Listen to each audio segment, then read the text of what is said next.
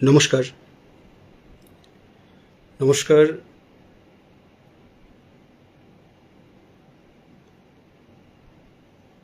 আমি রামকৃষ্ণ কয়াল, পেশায় একজন কলকাতা পুলিশ কর্মী। 23 বছরের কর্মজীবন অতিবাহিত, এখনো 17 বছর কর্মজীবন বাকি আছে। তো এই 23 বছর কর্মজীবনের 15টি বছর আমি এই তৃণমূল সরকারকে দিলাম।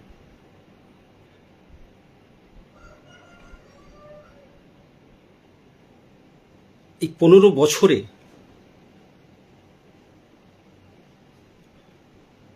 আমি দেখলাম কিভাবে ডিপার্টমেন্টের ইসলামীকরণ হচ্ছে। আমি 15 বছরে দেখলাম কিভাবে প্রশাসনিকভাবে হিন্দুকে, বাঙালিকে মুসলিম হওয়ার জন্য উৎসাহিত করা হচ্ছে।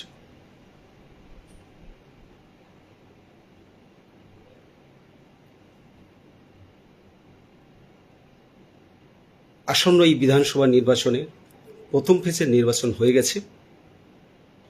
সেকেন্ড ফেজের নির্বাচনে এই দক্ষিণবঙ্গের সমস্ত বাঙালির কাছে আমার আবেদন, আপনাদের ভাষায় এই তথাকথিত চটিচাটা দলদাস একজন পুলিশের আবেদন, আপনারা এমনভাবে ভোট করুন, ভোট দিন, যাতে সরকারের পরিবর্তন হয়।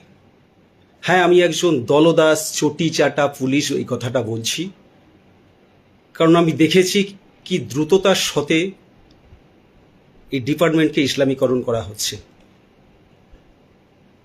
কিভাবে প্রশাসনিকভাবে বাঙালিকে মুসলমান হওয়ার জন্য উৎসাহিত করা হচ্ছে। এই ভোটে, এই সেকেন্ড ফেজের ভোটে দক্ষিণবঙ্গের মানুষ, সমস্ত বাঙালি, যদি হিন্দু মনে করেন, সবাই মিলে টিএমসির এই সরকার পরিবর্তন করতে, অর্থাৎ টিএমসির বিপরীতে ভোট দিন। টিএমসি জিতে যাওয়ার অর্থ হচ্ছে মুসলমানের জিতে যাওয়া, হ্যাঁ, জেহাদি শক্তির জিতে যাওয়া। আর মুসলমান জিতে যাওয়ার অর্থ হচ্ছে আমাদের মঠ মন্দির ধ্বংস হওয়া।